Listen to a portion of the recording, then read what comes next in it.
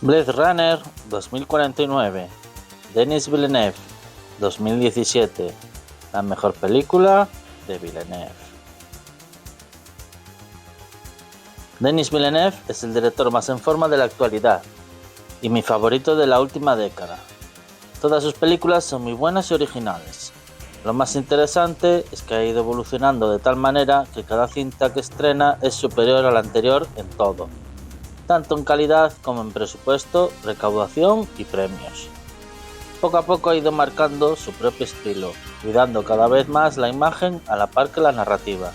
Algunas de sus características son el zoom lento, las panorámicas en grandes espacios abiertos y el uso de la banda sonora casi como si de efectos sonoros se tratase. No hay otro igual en cuanto a puesta de escena, como cualquier gran autor, posee un identificable estilo definido. No suele estructurar las historias de manera tradicional y siempre mantiene la impredecibilidad.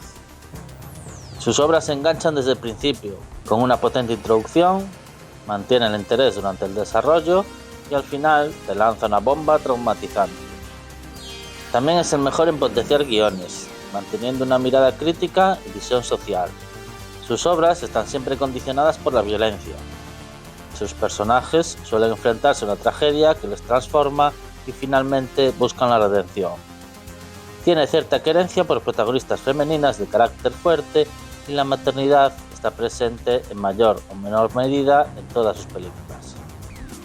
Desde pequeño se sintió atraído por escribir y contar historias, más que por jugar al hockey, como el resto de chicos canadienses. Se matriculó en ciencias cuando fue a la universidad, pero enseguida se dio cuenta de que su sitio estaba en el cine. Su carrera se puede dividir en 3 etapas. En la primera realizó dramas, al principio con algo de comedia y después con cierto surrealismo. Tuvo una etapa de thrillers, primero de tipo detectivesco y luego de acción. Y finalmente, desde 2016, se ha especializado en la ciencia ficción. No sabemos si algún día volverá a cambiar de género. Por mi parte, espero que no. Comenzó realizando videoclips a mediados de los 90 y enseguida se lanzó a filmar un corto, gracias a una propuesta de la Oficina Nacional de Cine, rodado en Jamaica de estilo documental y cuyo tema principal es la segregación racial. Se llama Rep FFW. Está disponible en YouTube y obtuvo un premio en el Festival de Locarno, entre otros reconocimientos. Un par de años después participó dirigiendo un segmento de una película coral llamada Cosmos, junto a otros 5 directores canadienses. El productor, Roger Fraser, supo reconocer su talento y le financió su primer largometraje. En 1998 se estrena Un 32 de agosto en la Tierra. Además de dirigir, Villeneuve escribió el guión original. Trata de una chica, Simone, que tras sobrevivir a un accidente de tráfico cambia su perspectiva vital, deja su trabajo y le pide a su mejor amigo, Philip, que la deje embarazada. El chico está enamorado de ella, en secreto, por lo que le cuesta aceptar la propuesta. Para más Inri se trasladan al desierto de Salt Lake City, donde pretenden llevar a cabo la concepción. La película empieza como un drama existencialista, que se va tornando en comedia romántica y luego se va oscureciendo, hasta rematar con un tremendo golpe bajo al espectador. Ya tenemos aquí muchas de las características del cine de Villeneuve, visualmente sobrecogedora, sobre todo en la parte del desierto, y narrativamente tenemos a ese personaje que tras una tragedia cambia su comportamiento. Además está la maternidad como fondo y un final desolador. La distribución del film fue muy pobre en salas, pero sí se pasó en muchos festivales, 35 en total, incluyendo Toronto y Cannes. Obtuvo algún que otro premio y fue seleccionada como película canadiense para competir en los Oscar, aunque no superó la criba. Su segundo largometraje se llama Maelstrom, nombre de origen noruego. Se estrenó en el 2000, se trata de un oscuro drama con poca comedia y algún que otro toque de surrealismo. Aquí el director da un paso de gigante en cuanto a técnica y narración, apostando por repetir la misma estructura, aunque el resultado es muy distinto. Tras un embarazo no deseado, la protagonista realiza un aborto, experiencia que evidentemente le deja cierto trauma, pero es que además, justo después, es despedida de su trabajo. Durante una noche de borrachera, atropella a un señor pescador y se da la fuga. Atormentada por los remordimientos, decide presentarse en su funeral. Allí conoce a su hijo, de quien se enamora, comenzando una relación. Por si el guión original escrito por el director, que admitió haberlo hecho bajo hipnosis, no fuese suficientemente peculiar, la historia es narrada por un pez poco antes de que le corten en trozos para cocinarlo y servirlo en un restaurante. La cinta fue muy bien acogida por la crítica, alabando el derroche de creatividad de Villeneuve. Cosechó multitud de premios, incluyendo el del Festival de Berlín, Toronto, Montreal, y ganó en 5 categorías de los premios Genie, los Oscars canadienses: Mejor Película, Director, Guión, Actriz y Fotografía.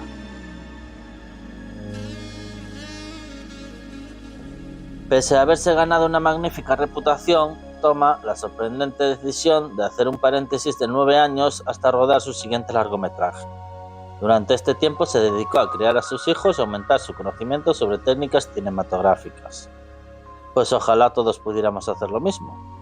De todas formas, no estuvo totalmente parado, ya que en 2006 hizo un corto de 2 minutos de tinte político llamado 120 Seconds to Get Elected. Y en 2008 otro muy aclamado de 12 minutos llamado Next Floor. De corte fantástico, grotesco y absurdo, describe un ritual de matanza gastronómica, lo que le llevó a ser galardonado con multitud de premios internacionales, incluyendo el de mejor cortometraje en Cannes. En 2009 se estrena Polytechnique, un drama casi de carácter documental que narra la historia real de la masacre sucedida en la Escuela Politécnica de Montreal en 1989. El proyecto lo puso en marcha Karim Banés, que ejerció de productora y protagonista. Desde muy joven quedó traumatizada por el suceso y se documentó durante años entrevistándose con todo tipo de testigos. Consiguió la aprobación de la Fundación de las Víctimas y contrató a un guionista.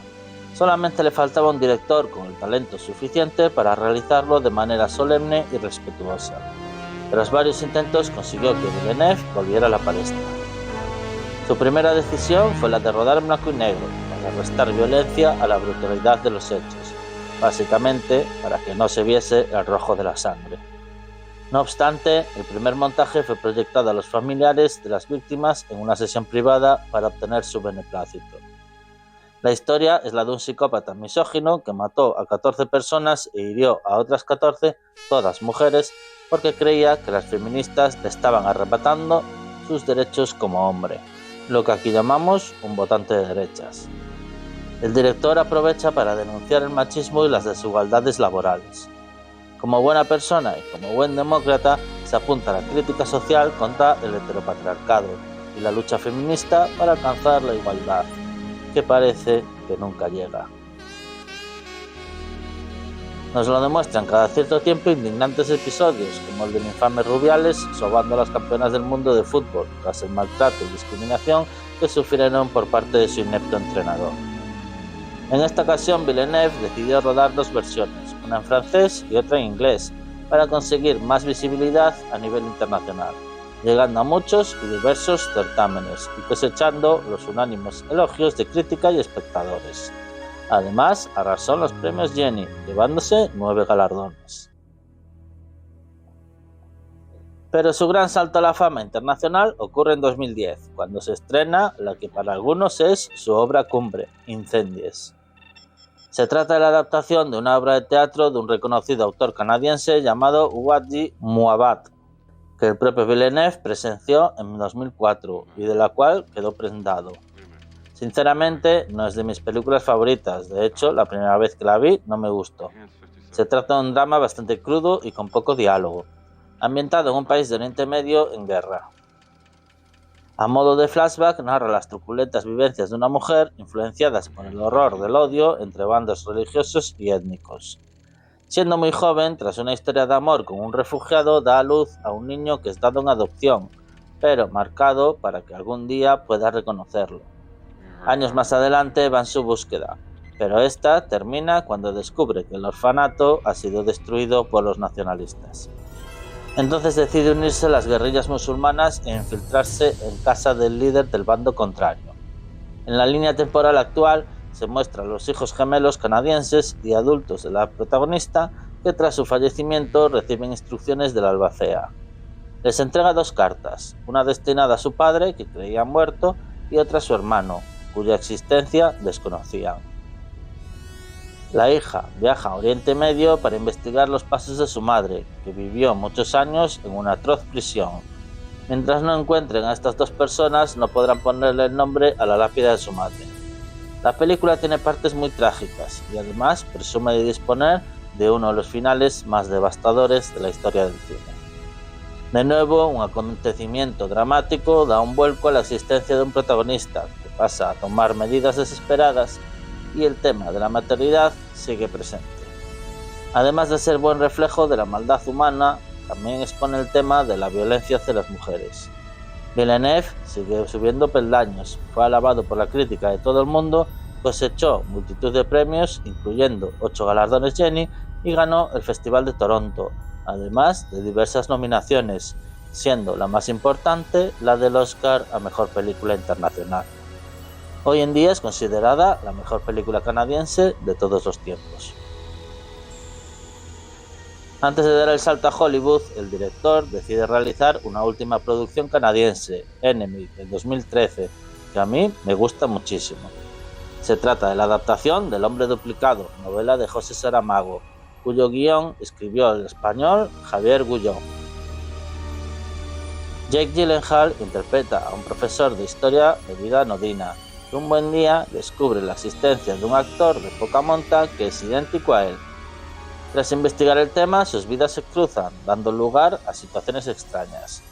La película es una alegoría difícil de interpretar y además es su mejor característica, junto con su fotografía y ambientación. La narración parece lineal, pero en realidad está desordenada y cargada de simbolismo en algunos tramos, incluido el confuso inicio y el todavía más confuso final, dotándolo de un fuerte halo de misterio. El tema a tratar es la identidad y la alienación, una vez más con la maternidad como trasfondo y un acontecimiento que trastoca la vida de una persona. Esta es una de esas películas experiencia de la que es mejor no hablar mucho y vivirla. Invita a un segundo visionado y a masticarla lentamente. Para mí es un buen paso adelante, me parece que está infravalorada, de la misma manera que su anterior trabajo se me antoja sobrevalorado. En 2018 escribí una crítica en Film Affinity donde lo comparaba con David Lynch. Fue bien recibida por la gran mayoría de la crítica, aunque algunos, como Carlos Bollero, la detestaron. Suena pretencioso decirlo, pero es cierto que en estos casos la gente que no le gusta es porque no la entiende, pero lo peor es cuando no la quieren entender. Yo me considero bastante tonto, muchas veces no entiendo algunas películas, pero con un poco de voluntad se encuentra información, lo cual favorece la apreciación de la obra. Ahora sí, Denis Villeneuve sube un peldaño más pasándose al cine mainstream, ese año, en 2013, estrenando su primer gran exitazo, Prisioneros. Impresionante thriller protagonizado por Hugh Jackman y de nuevo Jake Gyllenhaal realizando una de sus mejores actuaciones, sin desmerecer la de Jackman, aunque personalmente me gustó más en Nightcrawler. Y me indignó muchísimo que no lo nominasen al Oscar. En una tranquila zona residencial de Estados Unidos desaparecen 2 niñas. Todo indica que han sido secuestradas y uno de sus padres, Dover Jackman, caerá en la desesperación y se tomará la justicia de su mano, secuestrando y torturando a un chico con deficiencia mental que cree estar implicado. Otra fabulosa interpretación a cargo de Paul Dano, que le va como anillo al dedo. El encargado del caso es el enigmático e implacable detective Locke Gyllenhaal, que hará todo lo posible por resolver el caso sin salirse de la ley ni desobedecer a su superior. El tema de la película es básicamente cómo, bajo ciertas circunstancias, una persona es capaz de traicionar todos sus principios y creencias, modificando totalmente su idiosincrasia. El tono es muy oscuro, impropio de la cinta mainstream, pero funciona muy bien, haciendo al espectador partícipe y realizando excelentes giros argumentales. Primera colaboración del gran director de fotografía Roger Deakins y del compositor Johan Johansson. Ambos logran crear una atmósfera tenebrosa y desasosegante que agudiza el suspense. Una vez más, Villeneuve encandila a la crítica, aunque solamente se consigue una nominación a Mejor Fotografía en los Oscar, la 11ª vez que Deakins se va de vacío. El primer proyecto del gran presupuesto, 46 millones del director, se salda con una recaudación de 122. No es un éxito rotundo, pero le ayuda a seguir ganando prestigio y labrarse el estatus de autor rentable.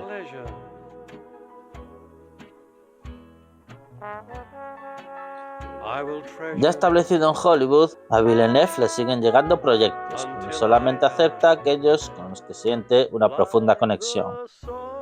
En esta ocasión se trata de un thriller policíaco escrito por Taylor Sheridan, Sicario, 2015, su primer gran guión al que le siguieron dos estupendos más, Comanchería. ¿Sabes qué significa Comanche? No, enemigos para siempre. ¿Enemigos de quién? De todos. Pues eso me convierte en un enemigo. No, me convierte en Comanche. Y Wind River. Una extraordinaria agente del FBI, Kate Emily Blunt, de moral firme pero poca experiencia, es reclutada por un comando del Departamento de Justicia para una peligrosa misión. Se trata de atrapar a un capo del cártel de Sonora, en la frontera con México.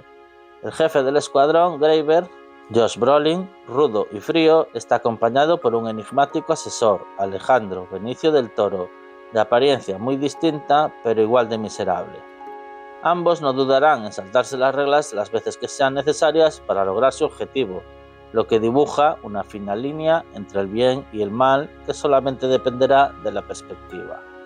Lo más sorprendente de este film es que el personaje arquetípico villeneuviano, una despiadada alma mutada tras una tragedia, no es quien nos imaginamos.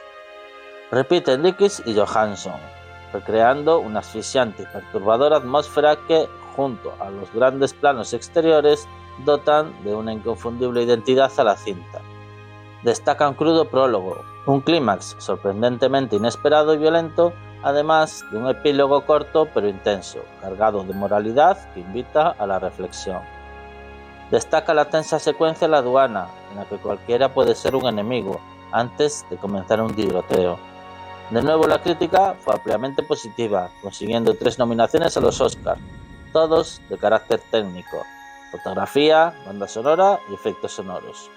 La recepción de la taquilla no fue demasiado buena, 84 millones tras una inversión de 30.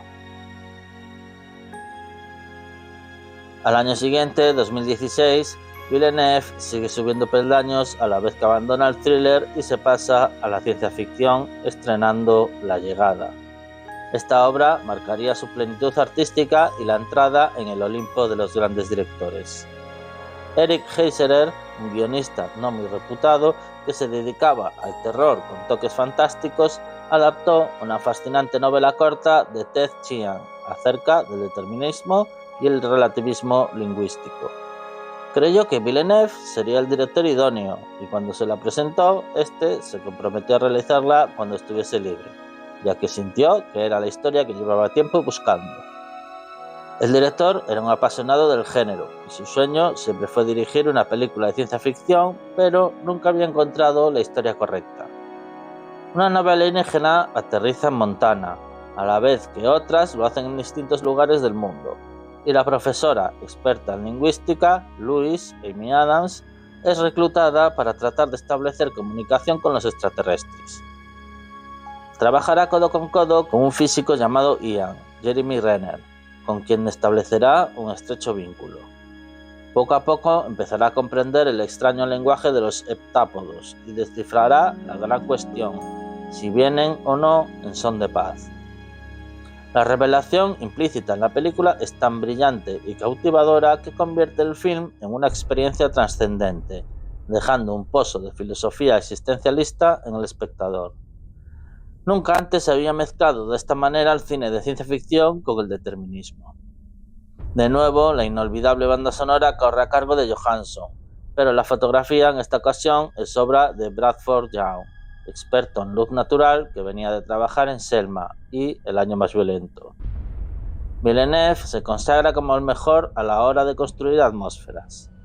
Las críticas fueron unánimemente positivas y se consiguieron 8 nominaciones a los Oscar: Mejor película, director, guión adaptado, fotografía, diseño de producción, montaje, sonido y edición de sonido, llevándose únicamente este último galardón. Por fin Villeneuve consigue su primera nominación como director, estatuilla que injustamente todavía no ha alcanzado, pero camina inexorablemente hacia ella. La recaudación de taquilla de 200 millones frente a una inversión de 47 convierten a la cinta en la más exitosa y rentable hasta el momento. Y llegamos a mi favorita, Blade Runner 2049, estrenada en 2017 y confirmando a Villeneuve como el mejor director de ciencia ficción de la actualidad. Se trata de una apuesta muy arriesgada, hacer una secuela de un clásico tan venerado 35 años después, algo que muy pocos directores pueden hacer sin llevarse un batacazo. El hecho de contar con el apoyo de Ridley Scott fue el empujón que necesitó Villeneuve para tomar las riendas del proyecto, aunque en una ocasión tuvo que echar elegantemente del plató al viejo Ridley para que dejase de inmiscuirse. Ubicada 30 años después de los acontecimientos de la película original, la historia describe a un Blade Runner llamado K que descubre los restos de una replicante que dio a luz, algo considerado imposible. Su deber es encontrar al descendiente para evitar una guerra entre replicantes y humanos. Sus investigaciones le llevan a contactar con Rick Deckard, el protagonista anterior.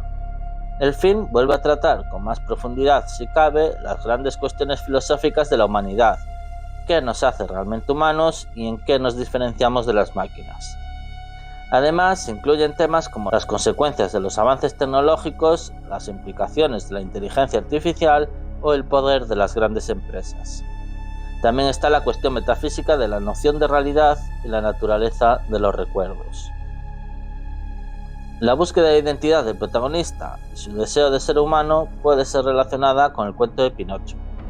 La película fue ampliamente bien recibida por la crítica, llegando a calificarse de obra maestra. Aspiró a 5 premios Oscar: diseño de producción, sonido, efectos sonoros, fotografía y efectos visuales, aunque solamente consiguió los 2 últimos. Injustamente no fue nominada a Mejor Película ni a Mejor Director, un año en el que los grandes galardones se los llevó la sobrevalorada y hoy en día olvidada cinta de Guillermo del Toro, La forma del agua. Nunca entenderé la querencia de Hollywood por este director.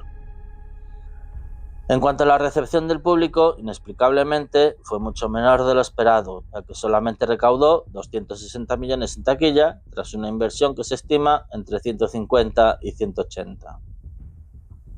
El siguiente proyecto de Villeneuve, Dune 2021, le perpetúa como un director especialista en ciencia ficción y le conducirá al desarrollo de una saga que seguramente se quedará en trilogía.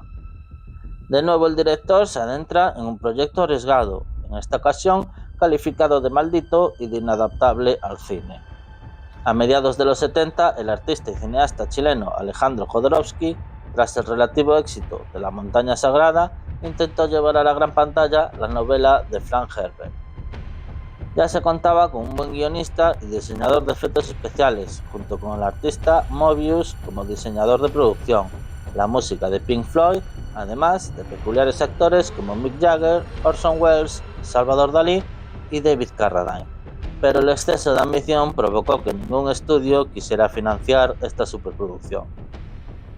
En 1984 se estrenó la primera adaptación, producida por Dino De Laurentiis y dirigida por David Lynch como encargo, quien finalmente renegaría de ella. La película a mí no me parece mala, aunque sí bastante estrafalaria. El gran problema estuvo en el montaje. Primero duraba 8 horas, el director lo redujo a 5, pero el productor italiano lo recortó de cualquier manera hasta los 130, resultando un producto de narrativa confusa, condenándolo al fracaso comercial. A pesar de estos problemáticos antecedentes, el valiente Villeneuve se embarcó en la tremenda hazaña y una vez más salió victorioso. Debido a la extensión de la novela, se decidió rodarla en 2 partes, siendo esta quizá el único problema de la cinta, ya que el final se siente un tanto anticlimático. Se cuenta la historia de un futuro muy lejano en el que los apacibles Atreides, gobernantes del planeta Caladan, son emplazados por el emperador para sustituir a los temidos Harkonnen como gobernantes de Arrakis.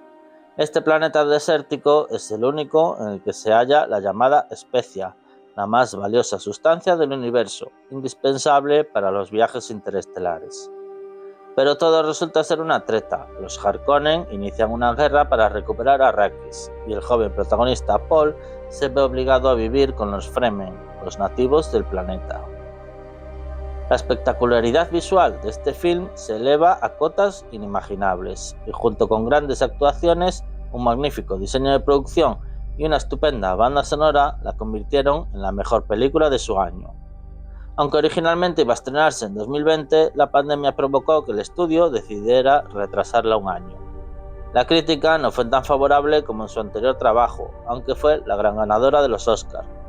Nominada a 10 galardones, imponiéndose en 6 categorías: montaje, fotografía, banda sonora, diseño de producción, sonido y efectos visuales, y perdiendo en mejor película, guión adaptado, vestuario y maquillaje. Una vez más se cometió la injusticia de no nominar a Villeneuve a mejor director.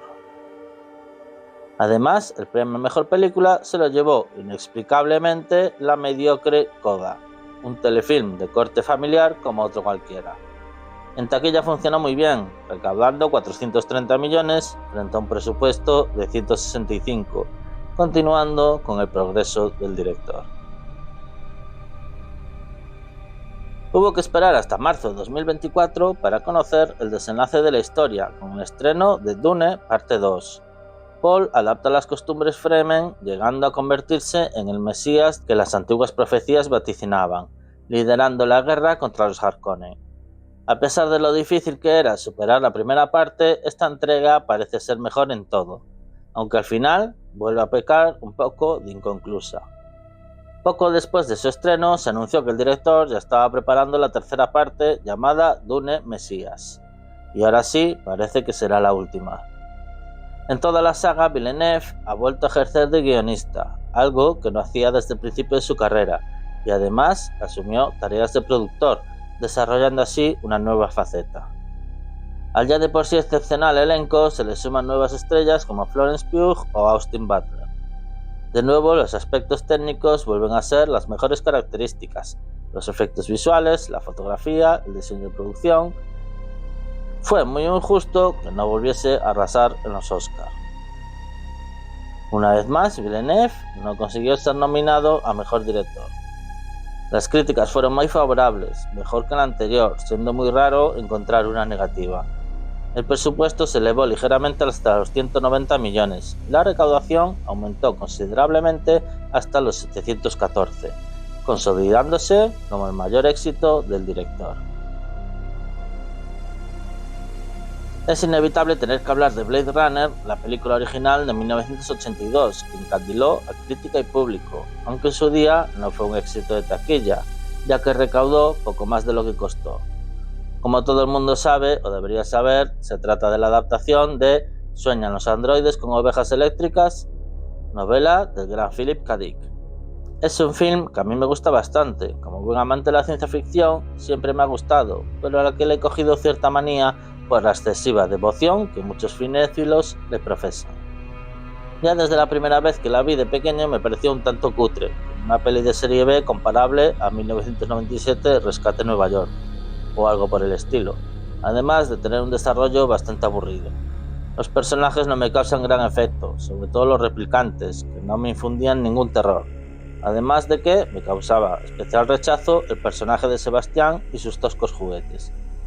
Con el tiempo y revisionados no he cambiado de opinión ni lo más mínimo, que la ambientación está muy bien, que el guión es una joya, que tiene un gran comienzo, un buen desenlace, estamos todos de acuerdo, aunque la pelea final deja un poco que desear. Otros argumentos que usan los acérrimos es que cuenta con una estupenda banda sonora compuesta por Vangelis, y lo dicen como si el tipo fuese la hostia, cuando solamente dispone de otra gran aportación al cine con el score de Carros de Fuego. La banda sonora de Blade Runner no está nada mal, aunque básicamente destaca un corriente blues melancólico de saxofón y un tema central de carácter sinfónico al que se le ha añadido una base techno. Sin embargo, forma parte de la colección de mis discos. Esta composición en nuestro país está muy normalizada, ya que se utilizó como sintonía del programa de reportajes informativos de televisión española llamado En Portada, emitido desde 1984 y durante 40 temporadas los miércoles por la noche. Otro gran problema de esta película han sido sus distintas versiones publicadas, hasta 7, aunque podemos reducirlas a 3. El montaje estrenado en cines, el montaje del director de 1992, que no contó con la colaboración del director, y el montaje final que se presentó en cines por el 25 aniversario y en formato doméstico en 2007. Este último es el que yo tengo en DVD. Lo más gracioso de todo es que muy poco difieren unas de otras, aunque supuestamente estos pequeños cambios esconden una gran revelación, nunca confirmada, nunca consensuada y con la que Villeneuve tuvo que lidiar en la segunda parte, dejando también la cuestión abierta, si Rick Deckard es o no un replicante. El propio Ridley Scott ha defendido siempre que sí, pero Harrison Ford ha defendido siempre lo contrario. Lo cierto es que el cambio más significativo del montaje final y del director es la inclusión de un sueño de Deckard en el que aparece un unicornio corriendo por el bosque, dando a entender que es un replicante porque se supone que ellos sueñan con animales. Esto explicaría el origami que Gaff deja en la puerta del apartamento de Deckard, que no solamente explica que les ha dejado escapar, sino que sabía que él era un replicante. De lo contrario, sería un poco extraño para la narrativa de ambas entregas que un hombre tuviera relaciones sexuales con un robot, e incluso tuviese un hijo. La otra gran característica sagrada y venerada por los fans es el poético monólogo final del replicante Roy, que se ha ganado su lugar en la historia del cine, reproducido en la cultura popular hasta la saciedad. Yo he visto cosas que vosotros no creeríais. Atacar naves en llamas más allá de Orión.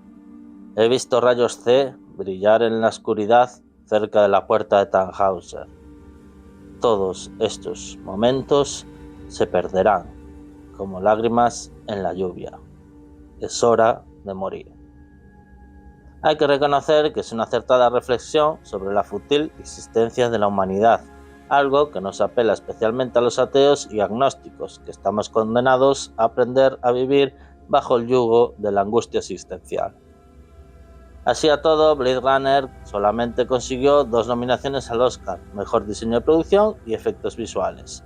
En la primera le ganó Gandhi y en la segunda E.T. el extraterrestre. Aprovecho para reconocer a Ridley Scott como un grandísimo cineasta que todavía sigue en boga.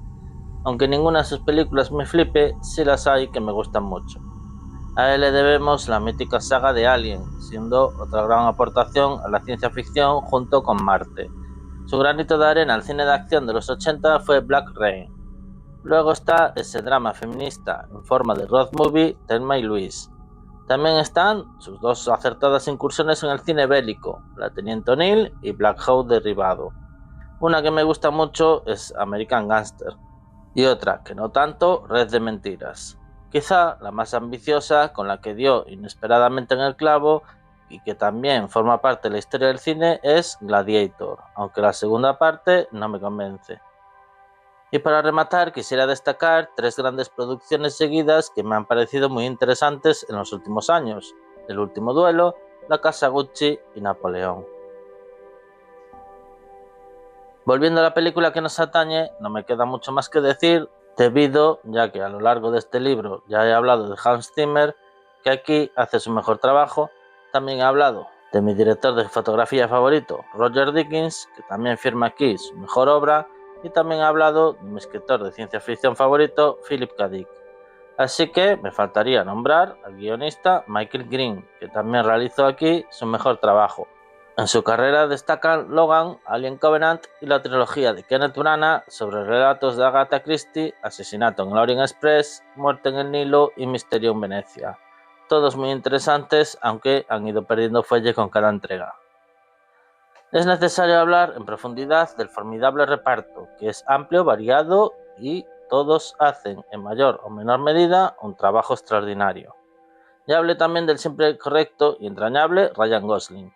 No hace falta hablar del incomparable Harrison Ford.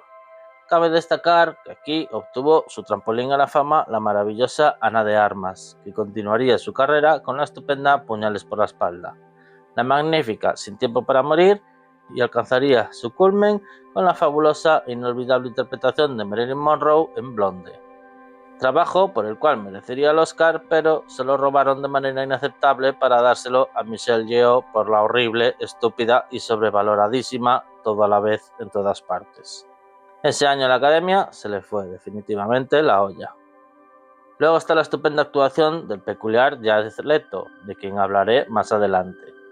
También tenemos a Sylvia Hoeks, que es una poco conocida actriz holandesa que hace una increíble interpretación de Luff, la malvada replicante que trabaja para Wallace. Otra que está estupenda es Robin Wright, como la jefa del protagonista, una mujer ruda que parece tener problemas de alcoholismo, ya que siempre aparece bebiendo, a quien conocemos básicamente por ser la chica de la que estaba enamorado Forrest Gump y la protagonista de La princesa prometida. Tampoco se queda atrás la actriz de intensa mirada Mackenzie Davis, conocida por protagonizar Terminator Destino Oscuro. No nos olvidemos de pequeños pero interesantes papeles interpretados por peculiares actores. Dave Bautista, famoso luchador de wrestling reconvertido en un convincente actor, como uno de los últimos replicantes de su tipo. Barkhad Abdi, pirata de Capitán Phillips, como un conseguidor callejero, y otro con rostro peculiar, David Dastmalchian, secundario en Prisioneros y protagonista en Late Night Show, como el forense. Y por último nombrar a Carla Juri, una poco conocida actriz europea que también está genial como la creadora de recuerdos que vive recluida. Visualmente apabullante, no se me ocurre ninguna otra película que le supere en los aspectos técnicos de efectos visuales, diseño de producción y fotografía. Es casi imposible discernir entre lo que es real y lo que está generado por CGI. Todos los escenarios son reales, algunos existen de verdad y para otros se construyeron decorados, pero en ninguno se ha utilizado pantalla verde, ya que Villeneuve, al igual que Nolan, no son partidarios de ello. Sorprende el mimo con el que se ha respetado el material original, por un lado en la ambientación de la ciudad de Los Ángeles y por otro con los interiores y tecnologías de aspecto analógico. Se ha mantenido esa idea de un futuro tecnológico pero decadente, en el que la población malvive en un mundo inhóspito. Villeneuve ordenó la creación de cortometrajes para contextualizar la historia, de manera que se relatasen hechos acontecidos entre 2019, que es donde se sitúa la narración original, y 2049. Los nuevos modelos de replicantes Nexus 8 ya no tenían la limitación de vida de sus predecesores, lo que provocó que surgiera un movimiento supremacista de humanos que los asesinaban. Entonces los replicantes organizaron una revolución que desencadenó en un ataque con pulso electromagnético, provocando un apagón que borró toda la información sobre ellos mismos, pudiendo así ser un poco más libres. Esto se cuenta en The Blackout 2022, un corto de animación realizado por el japonés Watanabe. Tras esto se prohibió la fabricación de replicantes, causando la bancarrota de Tyrell Corporation, que fue adquirida por Neander Wallace después de que su compañía se hiciera rica produciendo alimentos transgénicos, evitando así la hambruna tras el apagón. En el segundo corto, 2036 Nexus Dawn, se escenifica la reunión entre el magnate y representantes del gobierno para conseguir el permiso para la producción de una nueva raza de replicantes. Este se presenta con un replicante que no duda en autolesionarse y después suicidarse tras ordenárselo su amo, dejando claro el grado de sumisión de este nuevo modelo. Por último, en 2048 Nowhere to Run, el replicante Sapper interviene en una pelea callejera para defender a sus amigas, pero comprometiendo su identidad, lo que explica la primera secuencia de la película.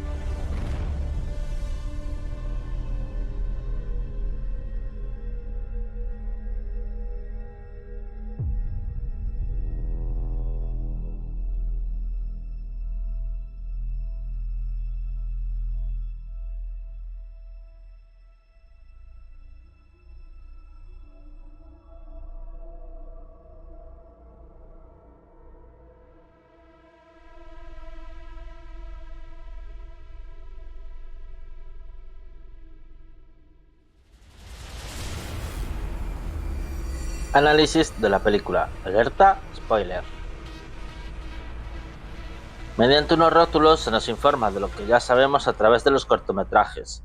El Blade Runner Agente K, Ryan Gosling, se dirige a una pequeña granja de nutrientes en las afueras de la ciudad, tras atravesar grandes extensiones plagadas de plantas de energía e invernaderos.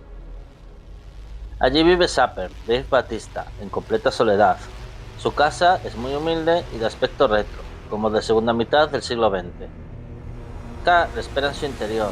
A pesar de que Sapper es consciente del destino que le aguarda, mantiene una conversación amistosa, de la cual se deduce que el replicante ha sido médico militar durante la guerra. K saca su lector de números de serie y le pide que le muestre su ojo izquierdo, pero en el momento de hacerlo, Sapper le ataca con un bisturí, comenzando así una violenta pelea en la que parece que el Blade Runner no tiene nada que hacer contra el enorme replicante.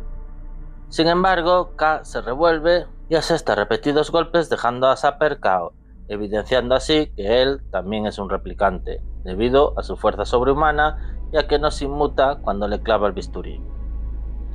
K es uno de los obedientes nuevos modelos producidos por Wallace, que se dedica a retirar a los modelos antiguos como Sapper, que antes de morir dice algo muy significante.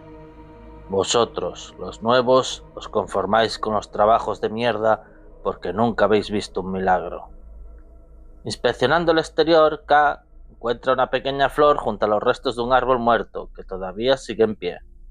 Tras ordenarle a un dron que rastree el lugar, descubre que bajo el árbol se encuentra una caja encerrada e informa a su jefa, que decide enviar a un equipo de excavación. Durante el camino de vuelta, K sobrevuela con su spinner. Por cierto, como mola el coche volador del Blade Runner, la ciudad de Los Ángeles, cuyas imágenes son absolutamente asombrosas. Una urbanización infinita, completamente abarrotada por enormes edificios cuyas calles apenas alcanzan a verse. Una nube de contaminación envuelve el entorno, causando una oscuridad permanente, donde destacan los letreros de neón. Lo más llamativo son los gigantescos rascacielos del centro y unos enormes muros a modo de diques que delimitan la ciudad con el mar. Contemplamos todo esto mientras escuchamos la magnífica banda sonora, basada en fuertes percusiones y perturbadores sonidos sintetizados. Poco después, K aterriza en el imponente edificio del Departamento de Policía, que mantiene el mítico diseño de la anterior entrega. Atravesando los pasillos, el protagonista debe aguantar los desprecios e insultos de sus compañeros humanos, que lo discriminan por su condición de replicante. Tras cada misión debe realizar un test de referencia para determinar si sufre estrés postraumático, que consiste en repetir ciertas palabras múltiples veces frente a una máquina en una sala aislada. En las calles parece hacer mucho frío y suele haber una suave nevada, seguramente debido a que los rayos del sol nunca penetran en la ciudad. El edificio donde vive K es muy humilde y decadente. No dispone de ascensor a pesar de ser bastante alto, y los descansillos están llenos de gente sentada en el suelo que le increpan al verle pasar. De hecho, en su puerta alguien ha escrito "Fuck off, Skinner", algo así como "que te den pellejudo". Esta situación es una clara alusión al racismo, homofobia y a cualquier otra intolerancia social hacia quienes poseen una identidad diferente a la mayoría. Ser Blade Runner debe de ser el peor trabajo del mundo, ya que por un lado la gente te odia por ser replicante y por otro los replicantes te odian por dedicarte a cazar a los de tu misma especie. Por todo ello, K mantiene una vida solitaria condenada al ostracismo social. Una vez en su apartamento, pone música de Frank Sinatra, concretamente Summer Wind. Mientras se cura, se ducha y hace la cena, habla con una dulce voz en off femenina, que intuimos es su novia. Se sirve una copa y se sienta a cenar en una pequeña mesa donde solamente hay una silla. Entonces aparece la hermosa chica, Joy, Ana de Armas, que resulta ser un holograma que se proyecta mediante una máquina instalada en el techo.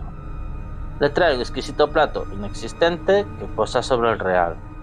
En vez de cenar, K enciende un cigarrillo y charla con ella, quien cambia de apariencia súbitamente en repetidas ocasiones. En cierto momento, ella le pide que le lea una novela de Nabokov, Pálido Fuego, pero él decide que es momento de que abra su regalo. Ambos actúan como una pareja normal y fingen que se trata de un regalo de aniversario. El presente resulta ser un emanador, un dispositivo portátil que sirve para que la chica pueda ir a cualquier lugar con él, algo que le emociona profundamente.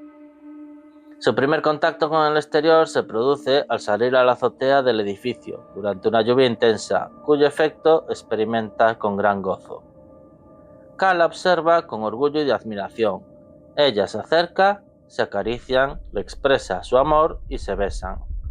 La escena resulta ser muy romántica, haciendo que nos olvidemos de que ambos son inteligencias artificiales. La única diferencia es que K tiene un cuerpo físico y Joy no. Por otro lado, Joy ha sido programada para enamorarse de su usuario, y K utiliza esta aplicación como compañía para evitar una vida personal sumida en la más profunda soledad. De pronto Joy se queda congelada debido a que K ha recibido un mensaje de voz. Se trata de su jefa, que le ordena acudir inmediatamente, ya que la excavación ha revelado un descubrimiento. K apaga a Joy y se va. Al parecer, la caja enterrada contiene los huesos de un cuerpo muerto hace 30 años. El forense determina que la causa de la muerte se debe a complicaciones tras un parto. K toma los mandos de la máquina que analiza los huesos, descubriendo, tras unas incisiones, un número de serie, y mira a su jefa con expresión de incredulidad. La teniente Yoshi le ordena a K mantener el asunto en secreto. Según lo ve ella, la capacidad reproductiva es la única barrera entre replicantes y humanos. Si esta barrera desaparece, habrá una guerra. Su misión a partir de ahora será encontrar a ese descendiente y matarlo. K no se siente muy a gusto con la orden, ya que nunca ha retirado a alguien que haya nacido. Cuando su jefa le pregunta la diferencia, este le responde que los nacidos tienen alma, algo que ella contesta: a ti no te ha ido tan mal sin un alma. Está claro que el alma no es más que un invento humano de carácter teológico, para diferenciarse del resto de seres vivos, una creencia absurda que, como cualquier religión, únicamente sirve para tapar esos huecos que la ciencia todavía no ha podido resolver. Mientras conduce su spinner a través de los edificios, en uno de ellos vemos un enorme rótulo de Atari como guiño a la película original. K reflexiona sobre lo que dijo Sapper acerca de un milagro que ahora cobra significado. Se dirige a la sede de Wallace Corporation, ubicada en unas torres gigantescas que se encuentran al lado del edificio de forma piramidal de la antigua Tyrell Corporation. Los decorados del interior de la empresa son absolutamente asombrosos. Teñidos de color anaranjado, con formas rectas, habitaciones de carácter minimalista, con un diseño sobrio a la par que lujoso e hipermodernista, anticipando las líneas de diseño de la futura película Dune. K le pide a un recepcionista que le proporcione información acerca de un número de serie. Este le dice que al ser un modelo preapagón va a estar muy difícil encontrar algo. Vemos por primera vez a la malvada Luft, replicante, insensible e hipertérrita, brazo ejecutor del magnate Neander Wallace. Es informada de la incursión de K, por lo que abandona una reunión en su lujoso despacho con una peculiar iluminación de efecto acuático para inmiscuirse en el tema. El recepcionista lleva a K a través de un gigantesco archivo sin mucho éxito. Entonces entra en escena Luft presentándose a K, quien se asombra de que la replicante tenga nombre. Ella la acompaña a través de unos impresionantes decorados mientras le instruye sobre la importancia de haber revitalizado la industria de los replicantes, ya que gracias a ello se han podido mantener las colonias exteriores. Al igual que en la primera parte, se supone que hay replicantes trabajando en otros planetas para proporcionar materias primas a la Tierra, pero en esta secuela también se insinúa que los ricos han abandonado el contaminado y estéril planeta para vivir lujosamente en otros mundos. Justo antes de llegar a una sala de archivo suena la melodía de Joy, que delata a K como cliente de Wallace. Respondiendo a la pregunta de Luft, dice estar satisfecho con el producto. Finalmente Luft encuentra una pequeña bola de cristal donde se guarda información de la replicante que busca K. Entonces escuchamos la mítica entrevista entre Deckard y Rachel, realizando el test de la secuencia inicial del primer episodio. Por lo poco que escucha, K deduce que a Rachel le gustaba Deckard. Love comenta que es estimulante que te hagan preguntas personales porque te hace sentir deseado. Entonces lanza una pregunta personal a K, insinuando que le gusta, pero él le corta el rollo. En una pequeña escena, K se entrevista con Gaff, el antiguo compañero policía de Deckard, que vive en una residencia de ancianos y todavía se dedica a hacer origamis. Lo único que dice sobre Deckard es que era una persona solitaria y que en un momento dado desapareció sin dejar rastro, deduciendo que por fin consiguió lo que deseaba, estar solo. Otro impresionante decorado nos muestra el despacho de Neander Wallace, Jared Leto, un gran espacio cerrado con una parte habilitada en el centro rodeada de agua, donde predominan los tonos anaranjados. Love le anuncia que un nuevo modelo de replicante espera ser revisado, y este deja entrever que espera que sea fértil. El aspecto del personaje es contradictorio. Por un lado, parece un ciego desvalido, pero por otro, es una imponente figura. En otra sobria sala, una replicante desnuda se encuentra suspendida en el aire, atrapada dentro de un plástico transparente, hasta que se desliza cayendo a plomo. Tendida sobre el suelo e impregnada en una sustancia viscosa, comienza a respirar con dificultad. Parece asustada y vulnerable. Wallace se acerca a ella, se arrodilla y comienza a palparla mientras dice algo significativo. La primera emoción es temor. Antes de saber qué somos, tememos dejar de serlo. De los ojos de la impasible Love, que contempla la escena a cierta distancia, brota una lágrima, siendo algo desconcertante, ya que detrás de su semblante impertérrito se esconde un ser con emociones. A través de un dispositivo que se conecta a un implante en su cuello, Wallace puede ver, gracias a unos pequeños drones que sobrevuelan a su alrededor. Mientras examina el nuevo modelo, se vanagloria de haber conquistado 9 mundos nuevos, para a continuación apuntar que no son suficientes y que deben crear millones de nuevos replicantes, evidenciando su inmensa ambición. Otra frase relevante es: todas las civilizaciones se han construido a costa de una mano de obra desechable, pero yo solo puedo crear unos pocos. Al parecer, su obsesión es conseguir la capacidad reproductora de los replicantes. De esta manera podrá disponer de más unidades sin tener que fabricarlos. En cuanto se da cuenta de que el nuevo modelo no es capaz de procrear, lo asesina con un bisturí y justo antes de que caiga muerto le da un beso. Antes de abandonar la sala, le dice a Love que hay una criatura y ordena que se la traiga.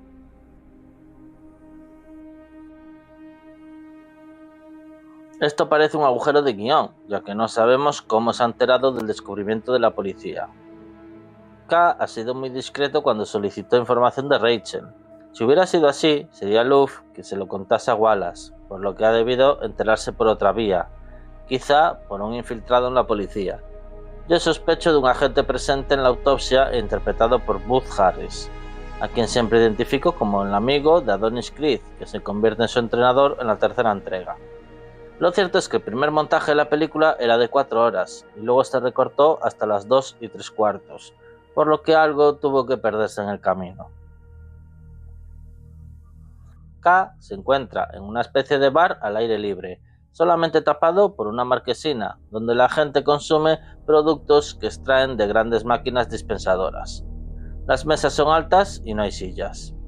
Tras acabar de comer, observa una foto del árbol muerto de la granja de Sapper. Una misteriosa mujer mayor encapuchada se dirige a 3 prostitutas replicantes, lo que en Futurama llamarían robopilinguis, y les ordena sonsacar la información a K. Lo curioso es que sabe que él mató a Sapper. 2 de ellas se retiran al percatarse de que es un Blade Runner, pero la tercera, llamada Mariette Mackenzie Davis, se queda. Esta intenta seducirlo hasta que suena la melodía de Joy, que delata a K, provocando que se retire. En busca de pistas, K decide regresar a la granja de Sapper. Dentro de un piano encuentra una pequeña caja metálica, que guarda un patuco de bebé y una foto. En ella se ve a una chica sosteniendo un bebé junto al árbol. cuando todavía le quedaba algo de vida. Inspeccionando el árbol encuentra una inscripción en la base, una fecha, 6 del 10 del 21. Suponemos que se trata de la fecha de nacimiento del bebé, pero el descubrimiento perturba a K, evocando un antiguo recuerdo.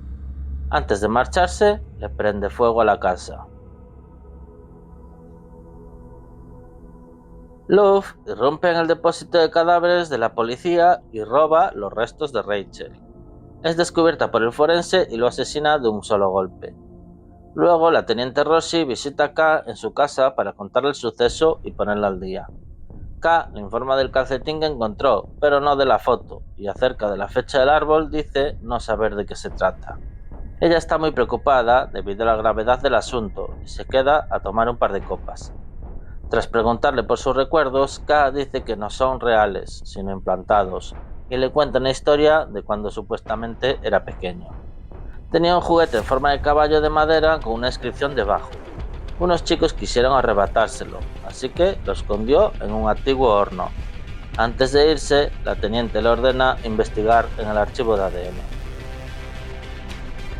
En una pequeña sala, donde se halla una gran máquina de aspecto retro, K realiza la tediosa tarea de cotejar fichas de ADN de niños nacidos en dicha fecha. Joy, que se encuentra junto a él, reflexiona acerca de que los humanos están formados a partir de 4 símbolos, C, G, T, A, mientras que ella solamente se compone de unos y ceros. Algo relevante es que Joy es consciente de lo que pasa a su alrededor aun cuando está desactivada.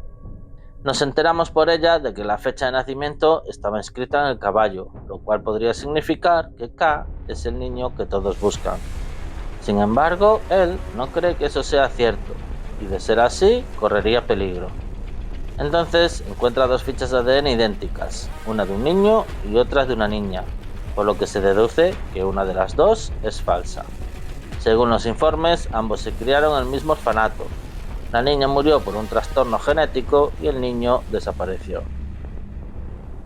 Un plano casi hipnótico muestra los muros de la ciudad desaguando como si de una presa se tratase, mientras suena la formidable banda sonora. Joy y K sobrevuelan la ciudad y ella aprovecha para observar con asombro el entorno. Se dirigen al orfanato situado en San Diego, ciudad que se ha convertido en un gigantesco vertedero. La zona está llena de grandes estructuras metálicas inservibles, provenientes de grandes barcos desguazados. Es increíble lo realista que parece el escenario. De pronto el Spinner es atacado por disparos, hasta que un arpón lanzado desde tierra les alcanza.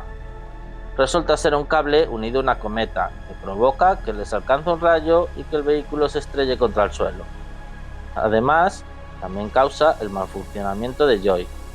Tras el golpe, K se queda aturdido, pero recobra la consciencia cuando un grupo de indigentes se acerca y abren la puerta. Parecen temer al Blade Runner, que sale a duras penas, pero lucha contra alguno de ellos y dispara a otros. Tras un monte de chatarra, aparecen más individuos causando preocupación en K, pero de repente comienzan a caer bombas del cielo, eliminando a todos.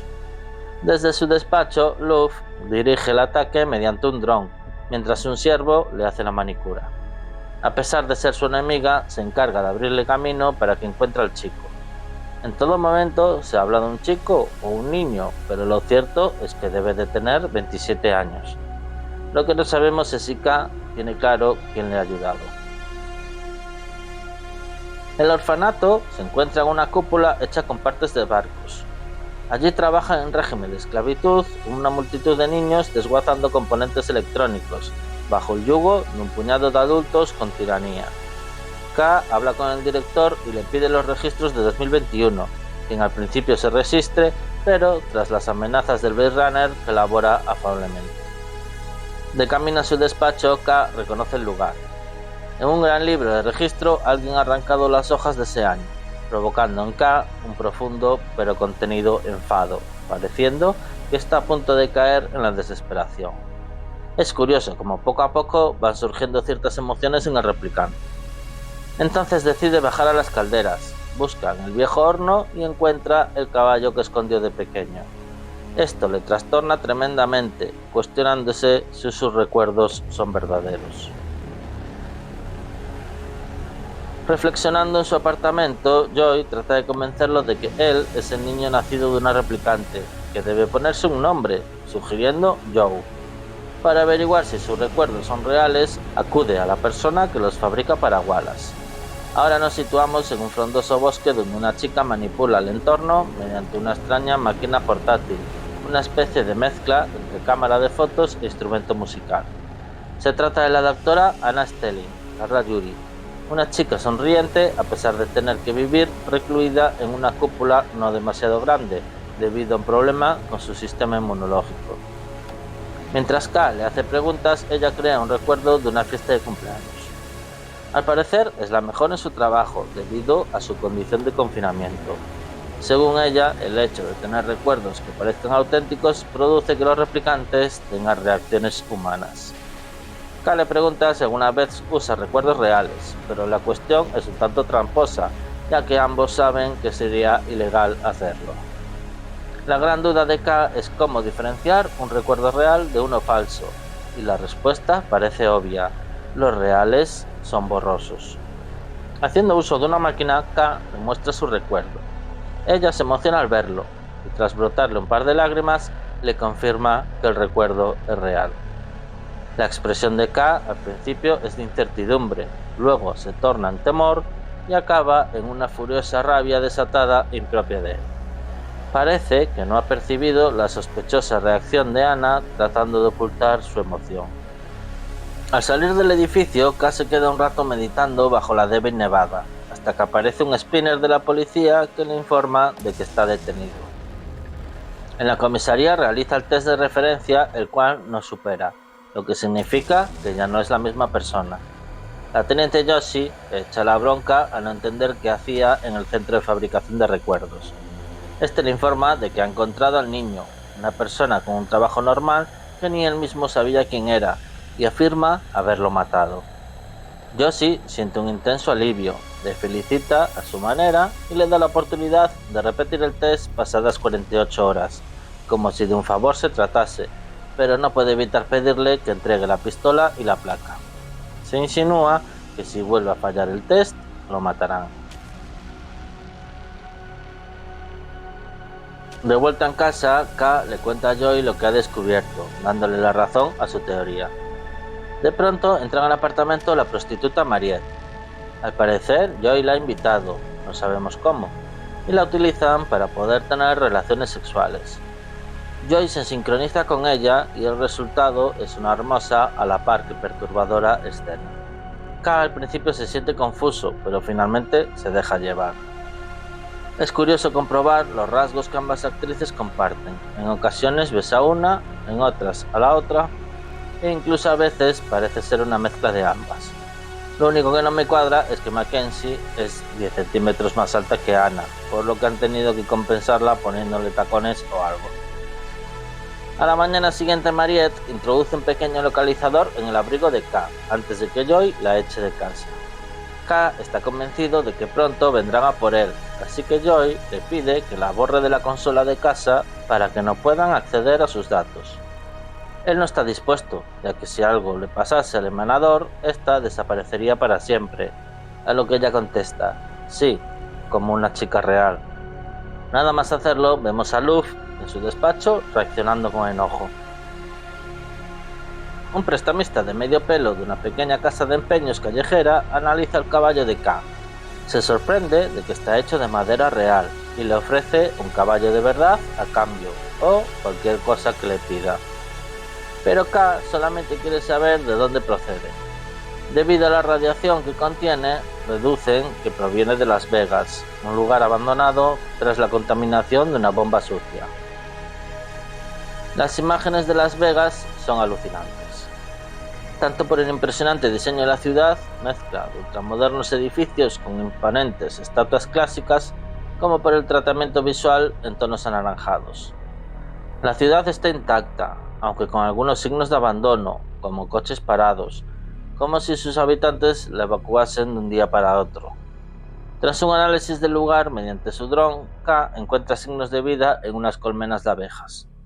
Tras pasar por el apartamento de K, donde no pudo encontrar nada, Luff acude al despacho de la teniente Yoshi. En tono amenazante le pregunta por el paradero de K, pero Yoshi dice no saber dónde se encuentra, ya que no está de servicio. Luego le informa de que el replicante descendiente ha sido destruido, provocando la cólera de Luffy. Esta la tortura clavándole los cristales de su copa en la mano. Asombrosa interpretación de Silvia Hoeks, mezcla de ira y profundo disgusto. Pero la teniente aguanta al tipo con un arrojo absoluto, hasta que finalmente es asesinada con una navaja. Entonces Luffy accede al ordenador de Yoshi y consigue localizar a K. Me encanta la demostración de crueldad de la replicante cuando acerca la cabeza de la teniente para desbloquear el sistema de reconocimiento facial, dejando caer el cuerpo en cuanto es detectado, golpeándola así contra el escritorio, aunque pueda causar cierta gracia. El siguiente plano es brutal, la silueta de K en el centro de la pantalla caminando por un inhóspito desierto bajo una niebla anaranjada. Atraviesa dos sugerentes y enormes estatuas femeninas y luego varias colmenas. El replicante nunca había visto nada igual e incluso mete la mano en una de ellas. Se adentra en un lujoso edificio en ruinas de estilo clásico, un casino de primera mitad del siglo XX. Evita una trampa hecha con un hilo a modo de alarma. En un bar descubre una enorme acumulación de botellas de alcohol, vacías. Tras inspeccionar el lugar bajo un silencio sepulcral, pulsa la tecla de un piano. De pronto aparece un viejo perro al otro lado de la sala que le mira impávido. Entonces escucha una voz en off que le dice: ¿no tendrás por ahí un pedazo de queso, chico? K reconoce la cita de la Isla del Tesoro, demostrando que es un replicante culto. De entre las sombras aparece Rick Deckard, apuntándole con una pistola. Sorprendido por ello, continúa con la cita. Deckard cree que es un Blade Runner que ha venido a matarle, y antes de que K se explique, le dispara, pero este esquiva la bala, aunque no puede evitar caer al piso de abajo. Luego trata de esconderse, pero activa sin querer una de las trampas provocando una explosión. Después se oculta en una sala de espectáculos, donde se proyecta un holograma de Elvis cantando Suspicious Mind, que apenas se escucha durante unos segundos y la imagen va a saltos. En medio de la oscuridad, K le arrebata la pistola a Deckard y bloquea sus golpes. Es evidente que Deckard está demasiado mayor para luchar con él, pero vuelve a la carga con varios puñetazos que K decide encajar estoicamente, hasta que se cansa y desiste. Se dice que uno de estos golpes se le escapa accidentalmente a Ford, impactando fuertemente en la cara de Gosling. Ahora, con la música de Elvis de fondo, Can't Help Falling in Love, deciden parar la pelea y tomarse una copa, lo mismo que pasó en la realidad durante el rodaje. El salón donde vive Deckard dispone de un enorme ventanal con vistas a la ciudad, a través de la cual entra la luz anaranjada del exterior. Hay distintos cachivaches tecnológicos, una gran librería y una barra de bar. Este le explica cómo era Las Vegas, un lugar donde gastar dinero y olvidarte los problemas. Mientras beben una copa de whisky, charlan un poco. Al preguntarle por su nombre, K responde Yoru. Entonces se interesa por saber cómo era la madre de su hijo. Deckard contesta con aire melancólico que se llamaba Rachel. Nunca conoció a su hijo, planearon ocultarlo por su bien. Paradójicamente, la mejor manera de amarlo era alejándose de él. K está convencido de que él es ese hijo, por eso se interesa por su madre e intenta hacer migas con su padre, pero en ningún momento desvela el secreto. Entonces se queda solo y en una gramola pone una nostálgica canción de Frank Sinatra, a quien vemos mediante un holograma. Curioseando por la sala encuentra figuras de animales talladas en madera, similares a la suya, y una foto de Rachel que observa con detenimiento. Un escuadrón de spinners llega a la ciudad y comienza a espionar. K descansa en una tumbona de la terraza, mientras Joy fisgonea por la sala. De pronto suena una alarma y Deckard se pone en alerta, culpando a K de haber atraído a indeseables. Entonces ambos, además del perro, corren hacia el viejo spinner de Deckard, que guarda un piso más abajo, pero justo antes de alcanzarlo, un misil lo destruye. K intenta proteger a Deckard, pero no puede evitar que ambos salgan volando por la explosión, incluido el perro. Un imponente spinner aterriza en la sala. Unos hombres se bajan, agarran a Deckard, que está inconsciente pero ileso, y se lo llevan. K está herido. un hierro le ha atravesado el abdomen. Deckard vuelve en sí y pelea con los hombres, pero estos vuelven a dejarlo inconsciente de un golpe. K se pone en pie e intenta ir hacia ellos, pero otro hombre se le acerca por detrás. K se da cuenta, le arrebata el arma y lo mata, a él y a los otros dos, pero de repente una figura femenina aparece y lo noquea con 2 potentes patadas. Es Luffy. K intenta levantarse hasta en 2 ocasiones, pero Luffy lo impide con 2 violentas patadas. Entonces K intenta alcanzar el emanador, que ha caído al suelo. Aparece Joy, que le pide a Luffy que pare, pero la malvada replicante se acerca al emanador, alza el pie con intención de destrozarlo de un pisotón, mientras dice con socarronería: ojalá le haya gustado nuestro producto. Joy, consciente de que va a morir, se apresura a dedicarle sus últimas palabras a K: te quiero, justo antes de desaparecer. Nuestro protagonista, que se encuentra físicamente abatido en el suelo, ahora también lo está emocionalmente. Vemos cómo los malos se suben al spinner y desaparecen, a la vez que se nos muestra la imagen del pobre perro que ha quedado en situación de abandono. A la noche aparece un grupo de personas que rescatan a K, incluida Mariette. Son quienes le han puesto el localizador. De vuelta a la ciudad, tras curarle las heridas, lo mantienen a salvo en un lúgubre sótano. Mariette trata de consolarlo, pero K está visiblemente más afectado por el dolor emocional que por el físico. Se presenta ante él un grupo de replicantes, liderado por la misteriosa mujer que ordenó a Mariette sacar información. Se llama Freisa, una antigua amiga de Sapper, que al quitarse las gafas muestra la cuenca de su ojo derecho. Se lo ha arrancado para no poder ser identificada. K la reconoce, es la chica de la foto que posaba con el bebé en brazos. Ella le describe el milagro que presenció, vio morir a Rachel y se ocupó de ocultar al niño. Por eso Sapper dejó que K le matase. Ante todo, no quería que fuera descubierto. La capacidad de procreación cree que les hará libres, por eso está reuniendo a un ejército en la sombra para emprender una revolución. En ese momento aparecen muchos más replicantes. Freisa le pide a K que se una a ellos. Están dispuestos a dar su vida por la libertad de sus semejantes, pronunciando una frase que cautivará al Blade Runner: morir por una buena causa es lo más humano que podemos hacer. Por culpa de K, Wallace ha dado con Deckard, así que Freisa le pide que le mate.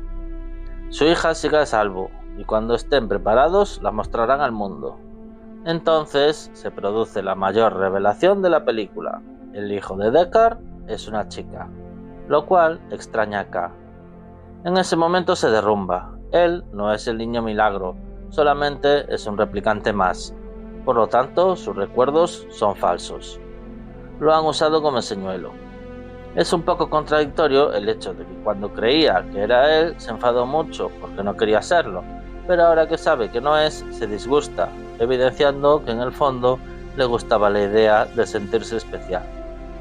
Así como los humanos vivimos rodeados de contradicciones y sentimientos encontrados.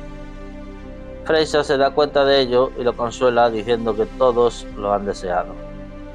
Entonces, unos pequeños flashbacks sugieren que la hija de Deckard es Anna. Deckard despierta en el fantástico despacho de Wallace. Este comienza su verborrea mediante su característica manera de hablar metafórica y teológica. Portando la calavera de Rachel, le expresa su obsesión por conseguir que sus replicantes procreen y la necesidad de encontrar a su hijo. Love presencia el encuentro en la sombra a cierta distancia. Tras poner un audio de la mítica entrevista cuando conoció a su amada, de entre la oscuridad aparece una persona caminando hacia ellos. Se trata de Rachel. Es increíble lo realista que resulta la imagen de Shin Young, como si no hubiera pasado el tiempo. Para ello se utilizó a una actriz con captura de movimiento y luego se le sustituyó el rostro mediante CGI. Pero está tan bien hecho que es imposible de diferenciar de la imagen real de la original. El shock en el espectador es similar al que sufre el propio Deckard. Entonces Wallace expone la teoría de que Deckard fue diseñado únicamente para que se enamorase de Rachel, aunque justo después deja en duda si realmente fue diseñado o no, y finalmente se pregunta si su noviazgo fue causado por el amor o por la precisión matemática. Deckard parece tener claro que jamás entregará a su hija, no importa lo que Wallace pueda ofrecerle ni lo que esté dispuesto a hacerle sufrir para conseguirlo. Sin embargo, hay momentos en el que se le ve dubitativo y vulnerable. Rachel se le acerca y le habla mientras Deckard trata de aguantar el tipo, hasta que finalmente le espeta a Wallace. Sus ojos eran verdes. Acto seguido, Luffy se acerca y la mata de un disparo en la cabeza, mientras el magnate, sin perder su tono sosegado, le amenaza con torturarlo. En una escena nocturna, K camina por la ciudad bajo la lluvia, completamente deprimido. De pronto suena la melodía de Joy y un gigantesco holograma de la chica desnuda interactúa con él tratando de seducirle. A lo largo del film se han visto varios de estos anuncios con distintas versiones de Joy. Las frases que utiliza son parecidas a la que la verdadera Joy usaba, dejando a K pensativo, seguramente dudando de si su amor fue real. Entonces saca su pistola, la mira y parece tomar una decisión con absoluta determinación. En el fondo, su mayor ambición es la de ser humano, así que decide que dará su vida por una buena causa, mientras las palabras de Freisa resuenan en su cabeza y recuerda el sacrificio de Sapper. Mientras suena la parte más destacable de la banda sonora, vemos 3 spinners que atraviesan la ciudad en medio de una noche lluviosa dirigiéndose mar adentro. En uno de ellos viaja Deckard, esposado, que es observado en todo momento por Luffy con su habitual, inexpresivo y desconcertante semblante.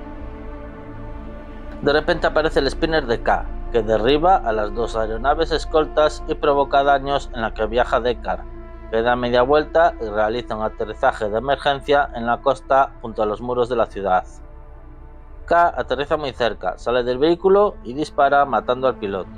Al acercarse a la nave se topa con Luffy y ambos se disparan mutuamente. A pesar de estar heridos, se enzarzan en una violenta pelea. Mientras tanto, las olas golpean con fuerza el vehículo en el que se encuentra Deckard, inundando su interior, sin que éste pueda hacer nada, ya que está amordazado el asiento. En medio de la lucha, K se da cuenta de ello, pero el despiste provoca que Luffy le clave una navaja en el costado. Dándolo por vencido, le da un beso y se adentra en el mar en busca de Deckard. Una vez dentro del vehículo parece que todo ha terminado, pero sorpresivamente aparece K agarrando por el cuello a Luffy con excesiva brutalidad. La sumerge bajo el agua y espera pacientemente a que muera ahogada. En el último momento salva a Deckard, que ya estaba totalmente sumergido, y lo acompaña nadando hasta la costa, siendo él quien más dificultades tiene para llegar. Una vez a salvo, Deckard cree que hubiera sido mejor haber muerto, pero K le sugiere que le darán por muerto y debe aprovechar la coyuntura para conocer a su hija. Ya es de día y la lluvia ha dado paso a una suave nevada. K lleva a Deckard hasta el lugar donde se encuentra Anna. Antes de cruzar la puerta se detiene y le devuelve el caballo de madera. Las últimas palabras de K son: ve a conocer a tu hija. Y las últimas de Deckard son: ¿estás bien? Que no obtienen respuesta. Deckard entra en el edificio y K se queda solo. Visiblemente malherido y agotado, se sienta en las escaleras, extiende su mano para tratar de atrapar los copos de nieve y se recuesta. Mira al cielo y exhala su último aliento. El poético monólogo del replicante Roy aquí es sustituido por poéticas imágenes. En el interior, Anna está creando un recuerdo de nieve.